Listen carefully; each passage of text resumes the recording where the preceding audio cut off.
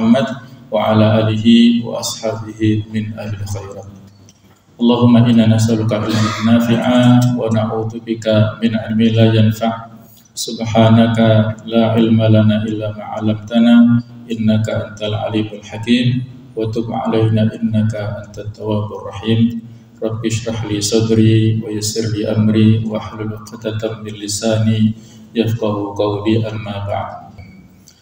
Marilah kita lanjutkan kajian dari kitab Tafsir Al-Munir, yaitu surah Al-Imran, kitab oleh Allah serta hikmah dan bah Allah.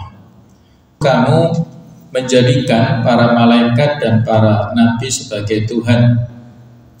Ayamurukum bil kufri ba'da id antum muslimun. Apakah patut dia menyuruh kamu menjadi kafir setelah kamu menjadi muslim? Inilah dua ayat sebagai kelanjutan dari ayat sebelumnya, sebagai bentuk peringatan kepada orang-orang ahlul kitab yang ada tuduhan ya, sesuai dengan sababun nuzul yang akan kita pelajari nanti. Jadi ada tuduhan dari orang-orang ahlul kitab tentang dakwah yang disampaikan kepada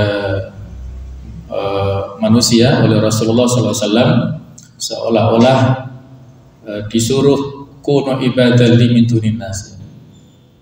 dunillah. Jadi seolah-olah menyuruh beribadah, menghambakan diri pada personal pribadi Rasulullah, tetapi sebenarnya tidak seperti itu, sesuai dengan yang disebutkan dalam sebab turunnya ayat ini. Ada beberapa riwayat, diantaranya Ibnu Ishaq dan Baihaqi meriwayatkan dari Ibnu Abbas radhiyallahu anhu.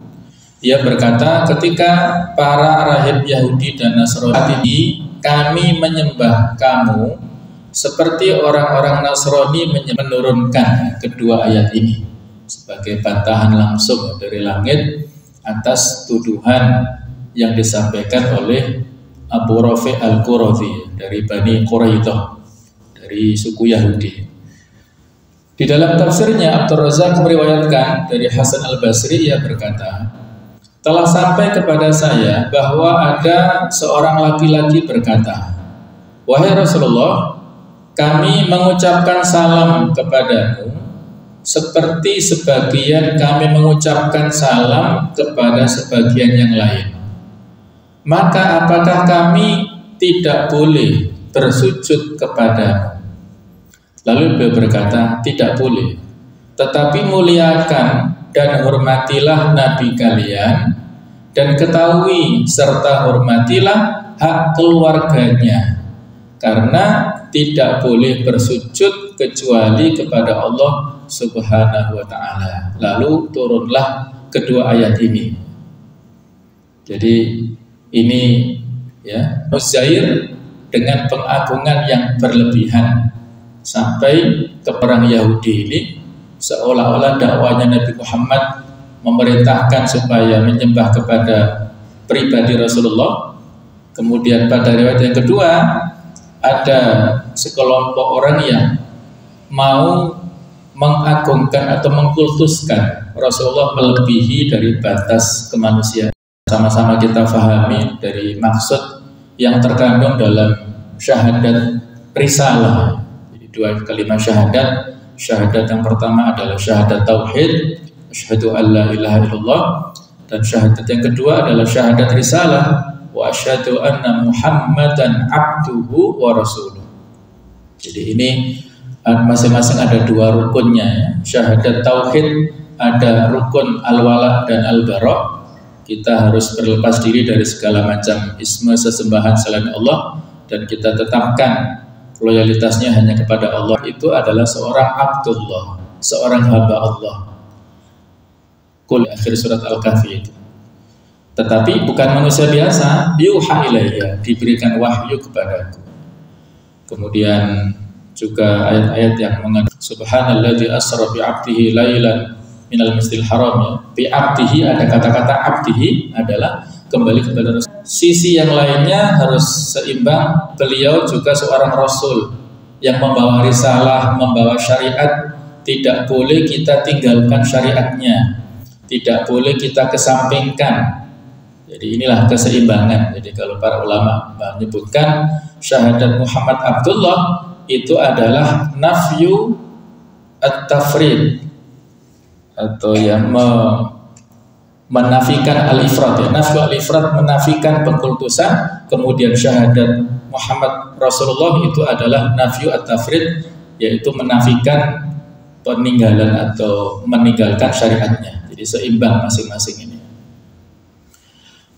Kemudian jemaah sekalian, berikutnya tentang tafsir dan penjelasan yang ada di dua ayat ini. Dikatakan oleh penulis, tidak wajar bagi seseorang yang Allah turunkan kitab suci kepadanya, mengajarkan kepadanya hikmah, memahami agama dan rahasia-rahasia syar'i, dan memberinya kenabian dan kerasulan. Kemudian setelah itu ia berkata kepada orang-orang, sembahlah aku, jangan kepada Allah. Maksudnya melampaui apa yang menjadi kewajiban, yaitu mengesahkan, mentauhidkan Allah. Karena ini tidak lain adalah bentuk kesyirikan itu sendiri. Akan tetapi yang wajib adalah memurnikan ibadah atau penyembahan hanya kepada Allah Subhanahu wa taala, seperti dalam firman-Nya dalam beberapa ayat yang kita sebutkan, di antaranya di surat Az-Zumar ayat 14, Qulillaha a'budu mukhlishan lahu dini. Katakanlah wahai Muhammad, hanya Allah yang aku sembah dengan penuh ketaatan kepadanya dalam menjalankan agamaku. Jadi ini perintah secara tegas, kita hanya beribadah. Di dalam Al-Fatihah kita telah mengatakan iyyaka na'budu, hanya kepadamu.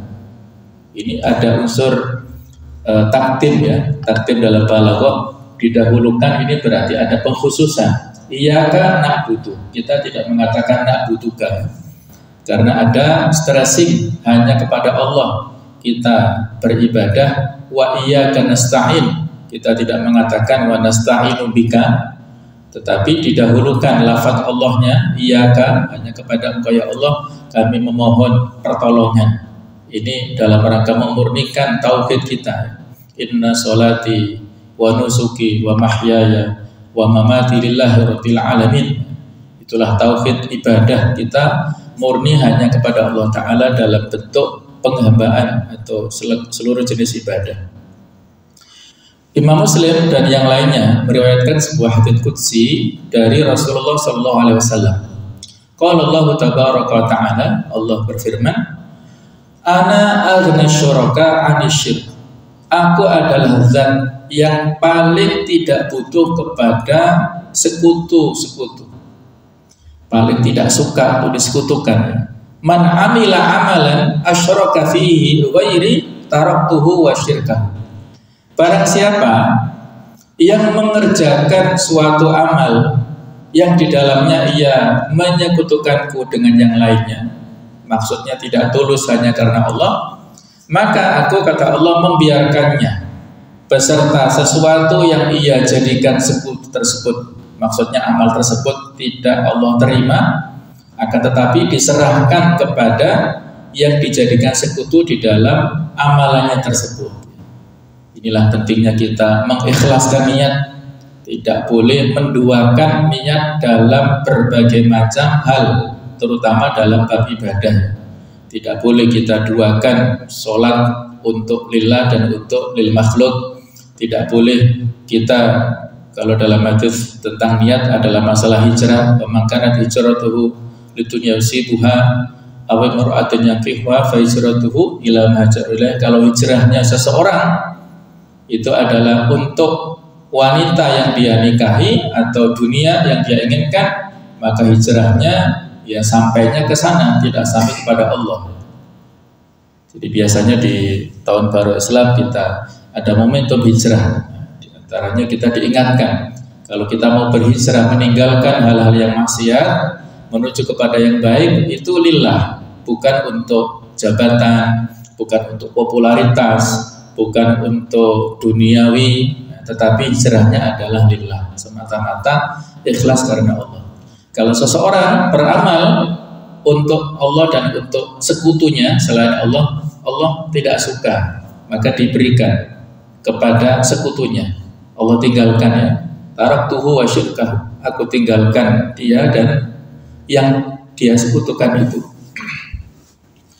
Kemudian juga ada riwayat lainnya, yaitu disebutkan Imam Ahmad bahwasanya Rasulullah SAW menyampaikan, idza jama'a Allahu an-nas yaumal qiyamah liyaumin nada munadin man asyraka fi amalin amilahu lillahi ahadan falyatlub thawabahu min 'indi ghairillah fa innallaha aghna syuraka 'an syirki. Ketika Allah mengumpulkan seluruh manusia pada hari kiamat yang tidak ada keraguan sedikit pun terhadapnya, maka ada penyeru yang berseru nanti pada hari kiamat tersebut, barang siapa yang menjadikan seseorang sebagai sekutu bagi Allah Subhanahu wa taala di dalam amal yang dikerjakan untuknya, maksudnya ia mengerjakan secara tidak tulus hanya karena Allah semata, akan tetapi juga karena orang lain, maka hendaklah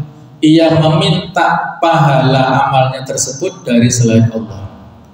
Ditegaskan di akhir ayat ini, fa innallaha aghna syuraka 'an syirki, karena Allah adalah zat yang paling tidak butuh kepada sekutunya. Jadi ini sebagai penegasan ya, betapa bahayanya dosa syirik ini. Walaupun dia melakukan banyak sekali amal-amal kebaikan, tetapi kalau dibarengi dosa syirik maka akan bisa menghapuskannya. Innallaha la yaghfiru an yushraka bihi wa yaghfiru ma duna dzalika liman yasha. Sesungguhnya Allah tidak mengampuni dosa syirik ya, selama dia pada saat melakukan dosa syirik tidak sempat bertaubat pada masa hidupnya, maka di akhirat tidak ada ampunan. Tetapi untuk dosa lain, walaupun dia lupa, tidak sempat bertaubat, masih ada ampunannya. Ada juga ancaman kepada Nabi Muhammad SAW, la in asyrakta la yahbatanna amaluka. Wahai Muhammad, seandainya kamu berbuat syirik, la yahbatanna amaluka, pasti terhapus amalanmu, wa la yakunanna minal khasirin, dan akan termasuk di antara orang-orang yang rugi. Ini adalah syirik besar yang bisa menghapuskan amal-amal kebaikan. Kalau syirik kecil tidak sampai menghapuskan amal semuanya, hanya menghapuskan amal yang bersangkutan. Seperti riya ya. Kita sholat, satu kali sholat satu riya, berarti sholatnya itu yang terhapus ya. Tapi kalau kita melakukan penghambaan atau bentuk kesyirikan, minta rezeki kepada selain Allah misalnya, berarti seluruh amal baik yang sudah kita lakukan menjadi terhapus. Nah, syaratnya harus dengan taubat, dengan taubatan yang nasuha, baru bisa diampuni oleh Allah Subhanahu wa taala. Akan tetapi sang Rasul berkata kepada orang-orang, jadilah kalian orang-orang yang robbani. Maksudnya adalah menjadi para ulama dan fuqaha yang mengamalkan apa yang diperintahkan oleh Allah Subhanahu wa taala dan taat kepadanya dengan ketaatan yang penuh. Karena ilmu yang benar adalah ilmu yang bisa mendorong kepada amal. Ini kalimat yang bagus ya. Ilmu yang benar adalah ilmu yang bisa mendorong kepada amal, yang bisa memotivasi kita semakin baik, semakin bagus amalannya ya. Bukan hanya sekedar wacana menambah koleksi ilmu saja, bukan, tapi kita berilmu untuk beramal. Sesungguhnya membaca dan mempelajari kitab suci yang diturunkan oleh Allah menyebabkan seseorang taat kepadanya dan memunculkan sifat sebagai seorang robbani. Tidak masuk akal seorang Rasul dan Nabi menyuruh untuk menentukan Tuhan selain Allah Subhanahu wa taala, atau menyuruh untuk menyembah seseorang selain Allah, baik itu seorang nabi, utusan, atau seorang malaikat yang didekatkan kepada Allah. Orang-orang musyrik Arab dahulu mereka menyembah malaikat, mereka menyembah berhala, menyembah patung, menyembah batu dan lain-lain, termasuk ada sebagian yang menyembah malaikat. Mereka memang memiliki tradisi yang seperti itu. Inilah maka disebut jahiliyah. Al-Quran mengisahkan yang tadi sudah kita singgung tentang kesyirikan yang dilakukan oleh orang-orang ahlul kitab, baik itu orang Yahudi ataupun orang-orang Nasrani.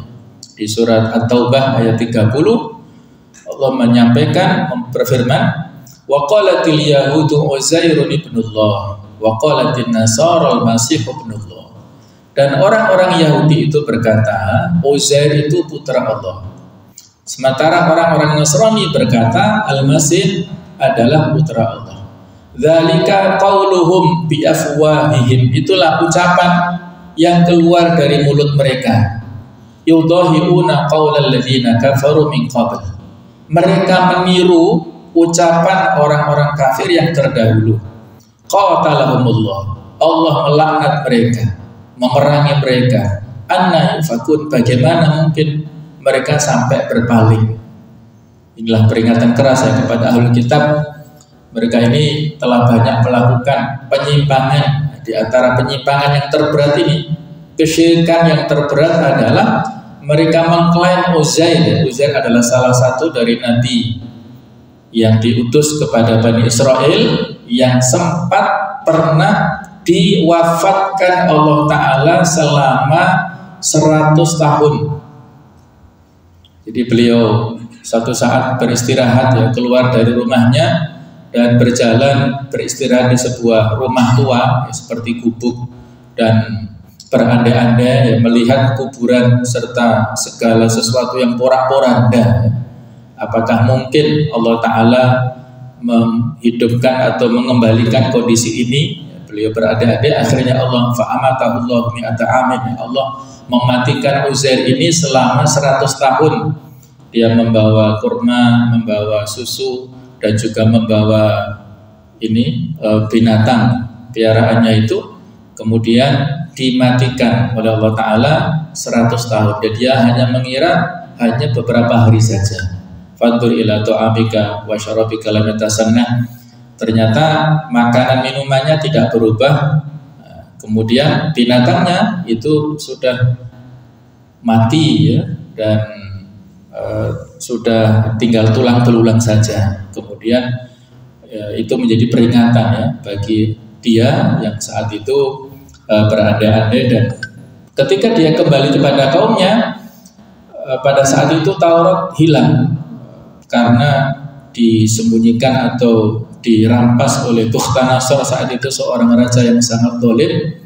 Kemudian saat itu Uzair ya, dengan izin Allah sanggup untuk menyampaikan isi dari kitab Taurat dengan hafalan yang sangat lancar. Nah, jadi sebab itulah ya, karena kepintaran Uzair dalam menyebutkan kitab Taurat itulah sehingga orang-orang Yahudi mengangkat Uzair ini sebagai putra Allah. Ini bentuk kesyirikan. Walaupun para ulama menyampaikan tidak semuanya orang Yahudi berkeyakinan seperti ini, tapi ini sudah bisa mewakili bahwasanya ada kelompok-kelompok orang Yahudi yang berkeyakinan Uzair adalah ibnullah, maka itulah bentuk kesyirikan mereka. Nah, sementara orang-orang Nasrani juga demikian, mengkultuskan Al-Masih yaitu Isa ibnu Maryam sebagai ibnullah. Ini adalah merupakan ucapan yang keras ataupun yang mengandung kesyirikan. Jadi kesyirikan yang sangat dahsyat disampaikan oleh ahli kitab, yang itu dikecam oleh Allah Ta'ala. Jadi ini memberikan peringatan kepada ahli kitab, kebohongan-kebohongan yang telah mereka sampaikan melengkapi dari kebohongan yang lainnya. Semua ini jelas-jelas bertentangan dengan seluruh risalah yang dibawa oleh para nabi yang memerintahkan untuk hanya menyembah Allah Subhanahu wa Ta'ala semata. Apakah nabi ini menyuruh kalian untuk kafir setelah Islam? Ini merupakan bentuk kesaksian untuk mereka bahwa kaum muslimin, untuk mereka kaum muslimin bahwa mereka adalah orang-orang muslim. Maksudnya hal itu tidak dilakukan kecuali oleh orang yang mengajak kepada menyembah selain Allah Subhanahu wa Ta'ala. Barang siapa yang mengajak kepada menyembah selain Allah, maka berarti ia telah mengajak kepada kekufuran. Semua nabi tidak lain memerintahkan untuk beriman, yaitu hanya menyembah Allah Ta'ala semata, tiada sekutu baginya. Jadi banyak ayat yang menyampaikan kepada kita ya, tentang kesamaan misi risalah semua nabi dan rasul. Di antaranya Al-Anbiya ayat 25 ini, wa ma arsalna min qablika mir rasul illa nuhi ilaihi annahu la ilaha illa ana fa'budun. Dan kami tidak mengutus seorang rasul pun sebelum engkau Muhammad. Bisa kita tadaburi di sini ya, min rasulin digunakan dengan redaksi isim nakirah, yaitu yang menunjukkan dari rasul manapun, rasul siapapun yang diutus sebelum Nabi Muhammad ini, kecuali kami wahyukan kepadanya, yaitu annahu la ilaha illa ana. Tidak ada Tuhan yang berhak disembah, tidak ada zat yang patut untuk diibadahi dengan benar kecuali Allah saja. Fa'budun, maka sembahlah. Ini ada ya yang dibuang sehingga nonya dikasroh. Jadi fa'buduni aslinya begitu, cuman untuk menyesuaikan dengan akhir-akhir daripada ayat itu. Al-Quran ini memiliki spesifikasi akhir-akhir ayatnya bersajah. Ayat yang pertama, kedua, ketiga, seterusnya itu ada keterkaitan bunyinya ya, sehingga di sini dihilangkan, maka dibaca fa'budun, aslinya adalah fa'buduni. Maka sembahlah Allah saja, yaitu yang wajib untuk diibadahi secara totalitas. Jadi di sini disampaikan bahwasanya semua rasul yang telah diutus sebelum Nabi Muhammad sama, ada wihdatur risalah, kesamaan risalah antara rasul sebelumnya dengan rasul kita. La nufarriqu baina ahadin min rusul, ya, kita tidak membeda-bedakan antara seorang pun dari rasul-rasul Allah. Juga di surah An-Nahl ayat 36 ini juga sebagai penguat, walaqad ba'atsna fi kulli ummatin rasulah, dan sungguh kami telah mengutus pada setiap umat itu seorang rasul. Ini juga sama ya, rasulan dengan isim nakirah. Apa misinya? Sama, ani'budullaha wajtanibut taghut, yaitu agar mereka beribadah menyembah kepada Allah, wajtanibut taghut, dan menjauhi taghut, segala sesembahan selain Allah. Ini juga sama ya, kata-kata ani'budullah wajtanibut taghut ini adalah sama maknanya dengan kalimat tauhid la ilaha illallah, tapi ini didahulukan. Ubudullah itu adalah sama maksud dengan illallah, wajtanibut taghut itu sama maksudnya dengan la ilaha. Ubudullah itu mengandung makna loyalitas, al-wala, dan wajtanibut taghut itu mengandung makna al-bara, berlepas diri. Jadi kalimat ini sama dengan syahadat tauhid la ilaha illallah. Faminhum man hadallah, kemudian di antara mereka ada yang diberi petunjuk oleh Allah. Wa minhum man haqqat alaihi dhalalah, dan ada pula yang tetap dalam kesesatan. Fasiru fil ardi, maka berjalanlah kalian di muka bumi ini. Fanduru kaifa kana akibatul mukadzibin, dan perhatikanlah bagaimana kesudahan orang yang mendustakan rasul-rasulnya. Setiap kaum yang mendustakan rasulnya maka akan berakhir dengan kebinasaan. Ada kaumnya Nabi Saleh, kaum Tsamud, kaumnya Nabi Ad, kaumnya Nabi Hud yaitu kaum Ad, ada kaumnya Nabi Nuh, ada kaumnya Nabi Lut, dan lain-lain. Mereka yang menentang dakwah Rasul maka akan mendapatkan ini akibatul mukadzibin, mendapatkan kebinasaan. Jadi inti dakwah para nabi ini sama ya, dari awal hingga Rasulullah adalah tauhid uluhiyah, yaitu mengajak manusia agar menyembah hanya kepada Allah Ta'ala semata dan meninggalkan syirik. Tauhid uluhiyah adalah tauhidul ibadah, inti daripada keimanan itu sendiri. Ayat berikutnya yaitu surah Az-Zukhruf ayat ke-45, was'al man arsalna min qablika min rusulina aja'alna min dunir rahmani alihatan yu'badun, dan tanyakanlah wahai Muhammad kepada rasul-rasul kami yang telah kami utus sebelum engkau, apakah kami menentukan Tuhan-Tuhan selain Allah yang Maha Pengasih untuk disembah? Ya, Ini pertanyaan istifham ingkari ya, pertanyaan yang jawabannya ya pasti tidak.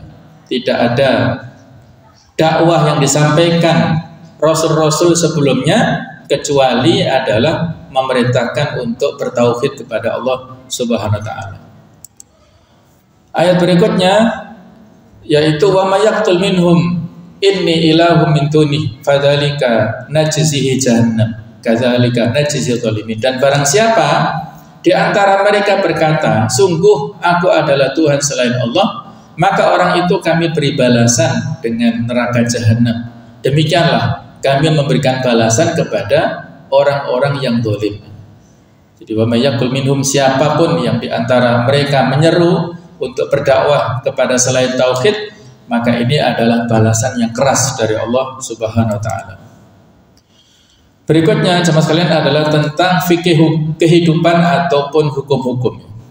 Merupakan sebuah kemustahilan jika seorang nabi atau rasul yang telah diamanati wahyu oleh Allah Subhanahu wa taala lalu ia menyerukan kepada manusia untuk menyembah dirinya. Karena sifat al-amin, orang yang memiliki sifat amanah atau jujur biasanya akan menunaikan apa yang diamanatkan kepadanya. Jadi setiap rasul ini ya hampir sama, ada 4 sifat dasar yang dimiliki ya, yaitu sifat sidik, amanah, tabligh, fatonah ya. Jadi sifat amanah ini yaitu dia setiap rasul pasti orang yang amin, yang bisa dipercaya. Maka tidak mungkin dia berkhianat terhadap kepercayaan yang telah diberikan kepadanya. Sesungguhnya dakwah seluruh nabi tidak lain adalah menyerukan manusia untuk menyembah Allah Ta'ala semata, tiada sekutu baginya. Sedangkan ibadah atau penyembahan menuntut adanya keikhlasan dan ketulusan. Allah Ta'ala berfirman di surat Az-Zumar 14 yang artinya, katakanlah hanya Allah yang aku sembah dengan penuh ketaatan kepadanya dalam menjalankan agamaku. Kemudian surat Al-Bayyinah ayat 5 ya, wa ma umiru, padahal mereka hanyalah diperintahkan illa liya'budullah ya, kecuali untuk beribadah kepada Allah saja, mukhlishina lahuddin, dengan ikhlas, menaatinya semata-mata karena menjalankan agamanya, dan juga agar melaksanakan sholat dan menunaikan zakat, dan yang demikian itulah agama yang lurus dan benar ya. Jadi ini sebagai penjelasan ya tentang perintah untuk beribadah totalitas ikhlas hanya kepada Allah, dan ini yang bisa melakukan seperti ini hanya orang-orang beriman. Innalladzina amanu wa amilus solihati ulaika hum khairul bariyah itu ya. Adapun orang-orang ahlul kitab, mereka ini tidak mungkin bisa ikhlas dalam beribadah. Pasti mereka melakukan bentuk kesyirikan. Sehingga sangat disayangkan ya ketika misalnya ada kelompok-kelompok liberal ya, yang memiliki keyakinan bahwasanya semua agama itu sama. Yahudi, Nasrani, mereka juga agama samawi, kitabnya juga kitab samawi, dan mereka juga di beberapa ayat disebutkan mereka juga nantinya menjadi ahlul jannah. Nah, ini adalah memberikan syubhat-syubhat ya kepada kaum muslimin seolah-olah mereka ini sama dengan orang-orang Islam. Padahal di surat Al-Bayyinah ini jelas-jelas yaitu orang-orang ahlul kitab ini berada di neraka karena mereka tidak mampu untuk bertauhid dengan totalitas, pasti tidak bisa, maka harus masuk kepada agama Islam. Ayat ini juga menunjukkan bahwa ilmu yang benar dan pemahaman rahasia-rahasia syariat menghendaki untuk diamalkan, menuntut ketaatan dan memenuhi kewajiban-kewajiban agama. Karena barang siapa yang mengenal Allah, maka ia akan takut disertai sikap tunduk kepadanya. Dan barang siapa yang takut disertai ketundukan kepadanya, maka ia akan menjalankan perintah-perintahnya. Barang siapa yang diberi kitab suci, hikmah dan kenabian, maka ia adalah orang yang paling mengenal Allah.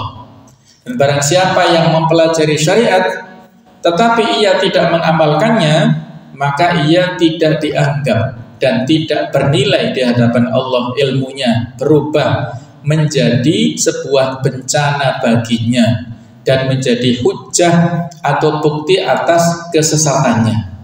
Jadi ilmunya Al-Quran atau hikmah yang dia miliki bukan hujjatun lahu, bukan pembela nanti di akhir, tapi menjadi hujjatun alaihi, menjadi penghujat nanti di akhirat. Na'udzubillah min dzalik ya.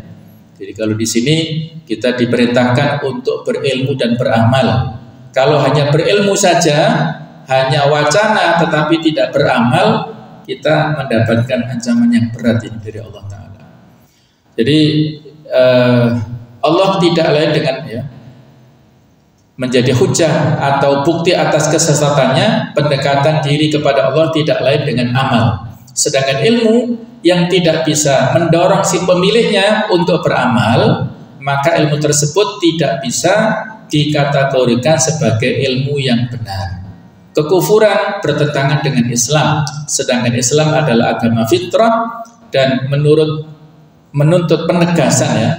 Menurut penegasan Al-Quran, Islam adalah agama seluruh para nabi dan rasul, yaitu penutup, agama penutup yang bisa menyempurnakan risalah-risalah yang telah dibawa oleh nabi-nabi sebelumnya.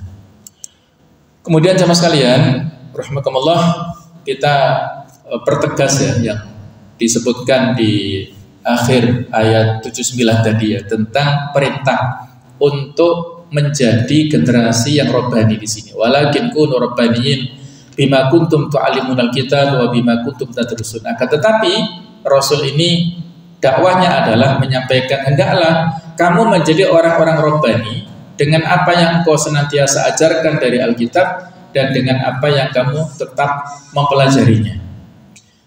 Nah, apa makna daripada kata robbani ya? Robbani ini sering digunakan dalam misalnya untuk yayasan ya, atau untuk kelompok tertentu, atau menjadi visi misi ya.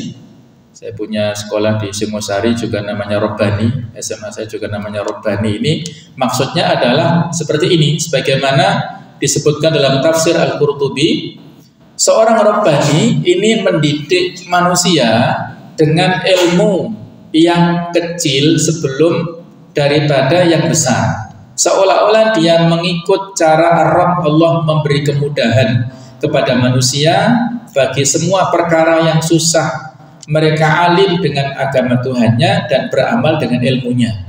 Jadi sebelum dia bicara yang muluk-muluk ya, tentang misalnya penegakan syariat, penegakan khilafah dan lain-lainnya, ini kan berat ya, tema-tema berat. Itu dia bicara yang kecil-kecil dulu, bagaimana penegakan nilai-nilai Islam di rumah tangganya ya. Bagaimana mendidik istrinya dengan didikan yang baik, mendidik anak-anaknya dengan didikan yang baik, akhlak yang baik. Nah, seperti inilah makhluk atau generasi robbani ini adalah sebelum dia bicara yang tentang yang strategis, yang teknis, ini dia tidak hilangkan ya. Jadi bicara masalah adab, bagaimana etika makan, walaupun ini hal yang lumrah ya, itu diperhatikan sebelum bicara yang luas, maka hal-hal yang kecil ini tidak boleh dikesampingkan. Itulah makna daripada robbani menurut Al-Imam Al-Qurtubi.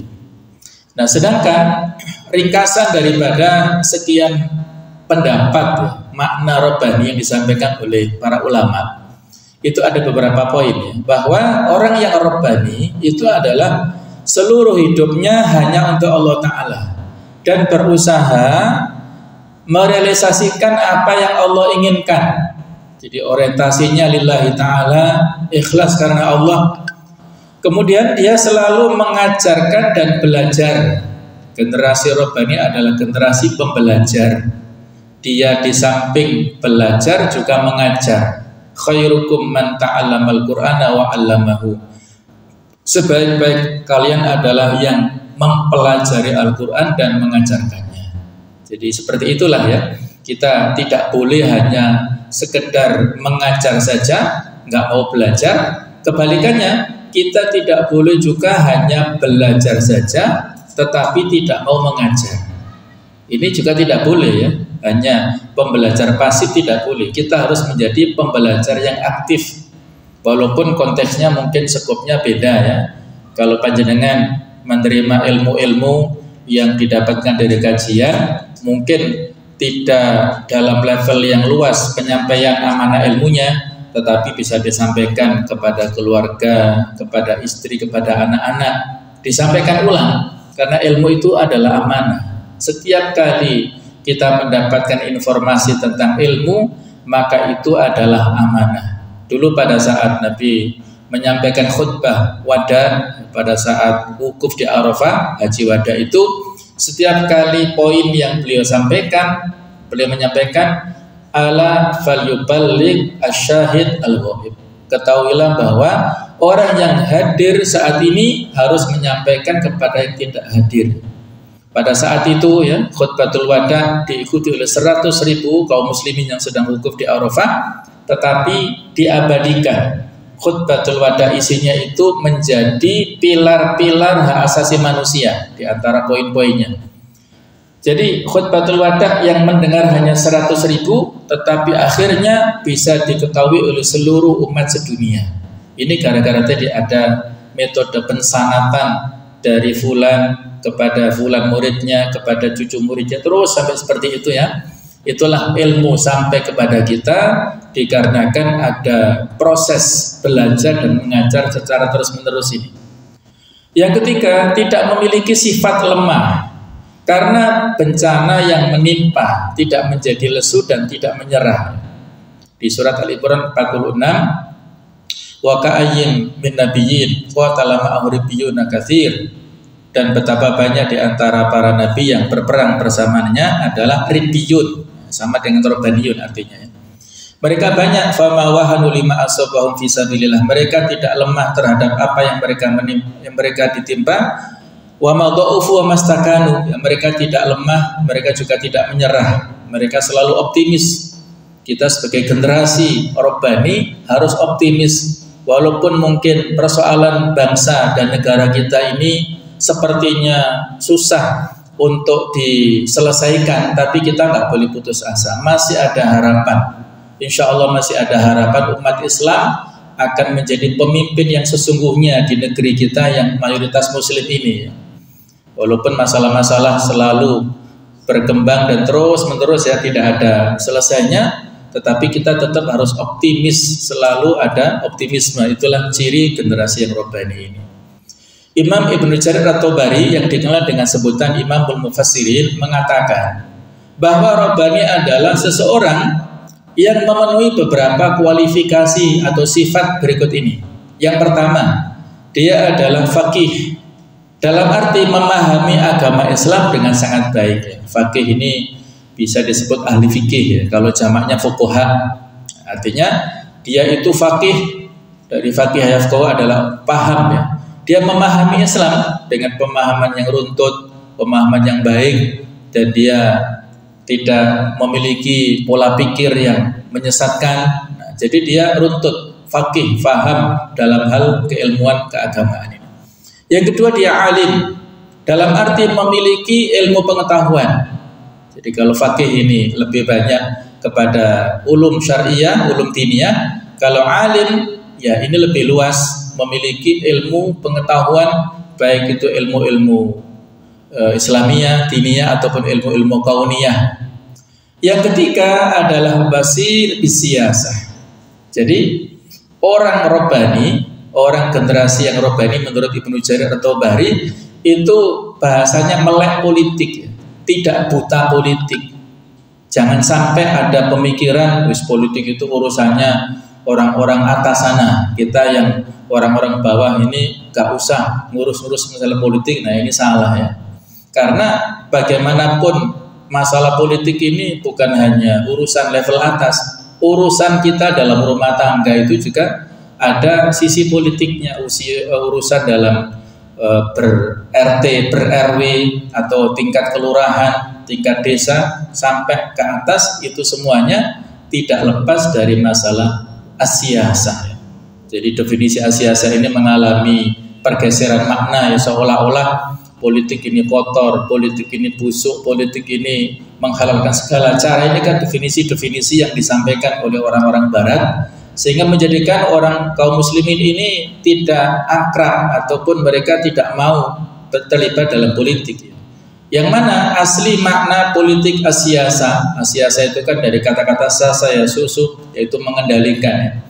Kalau menurut Al-Imam Al-Mawardi dalam kitab Al-Ahkam Sultaniyah, ini kitab yang menjadi referensi tata negara Islam ya, itu definisinya sangat bagus, yaitu siyasatud dunya kailatan harifa aniddin. Politik itu adalah mengendalikan dunia, mengurus dunia agar tidak menyimpang dari agama.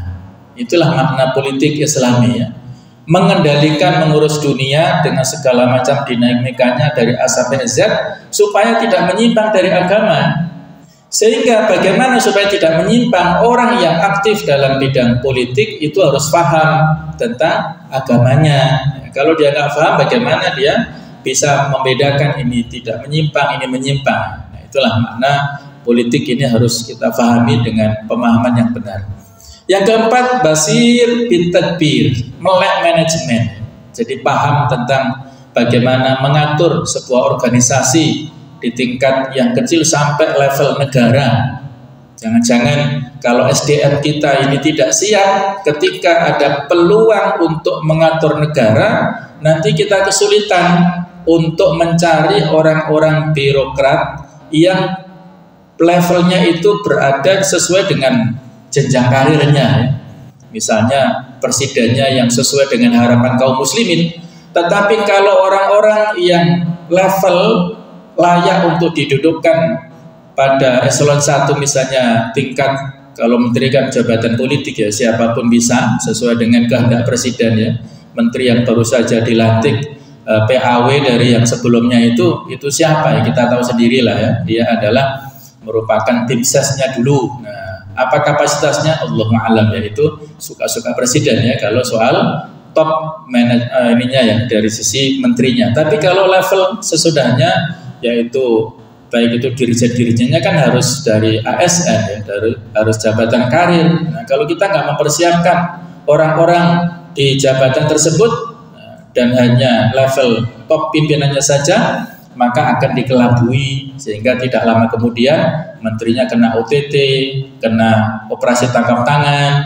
Bukan persoalan yang korupsi sengaja, tapi karena nggak sengaja, karena tidak tahu, dijebak oleh bawahannya sehingga terkena delik korupsi. Nah, ini permainan-permainan ini harus dipahami bersama. Ini adalah kepentingan kita semuanya. Yang kelima, qaim bisyu'un ri'ayah bima yuslihu fi dunyahum wa dinihim, ya, melaksanakan segala urusan rakyat yang mendatangkan kemaslahatan mereka baik dalam urusan dunia maupun agama. Jadi kalau nomor 5 ini kan sudah pada level pemerintahan ya, level negara.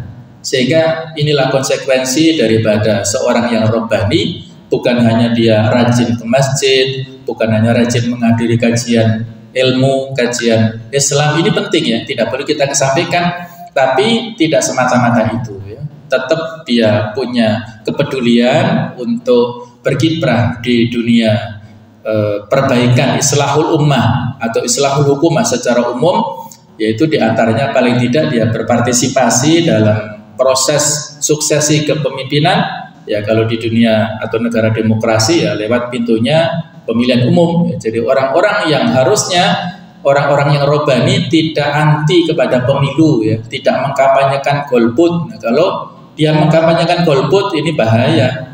Akhirnya yang pergi ke TPS hanya orang-orang yang dibayar saja, yang sesuai dengan ya caleg tertentu yang punya modal banyak, sementara orang-orang yang jujur, orang-orang yang bisa membedakan mana yang baik, mana yang buruk ini anti terhadap persoalan politik, akhirnya yang dimenangkan adalah para pemimpin kita yang tidak jujur seperti itu. Jadi ini kembali kepada kita. Ada sebuah kalimat, kama takunu yuwalla alaikum. Bagaimanapun kondisi kalian, maka seperti itulah pemimpin kalian. Kalau orang yang dipimpin itu soleh, para santri misalnya, yang terpilih ya kiai lah, pimpinannya kiai yang terpilih. Tapi mohon maaf kebalikannya, kalau yang dipimpin ini para preman, maka yang terpilih pemimpinnya adalah ya seperti itu, nggak jauh-jauh beda pemikirannya dengan rakyat pada umumnya. Ibnu Qayyim juga menyampaikan nasihatnya kepada kita, janganlah kita hanya mengkritik para pemimpin kita, coba kita evaluasi umatnya ini.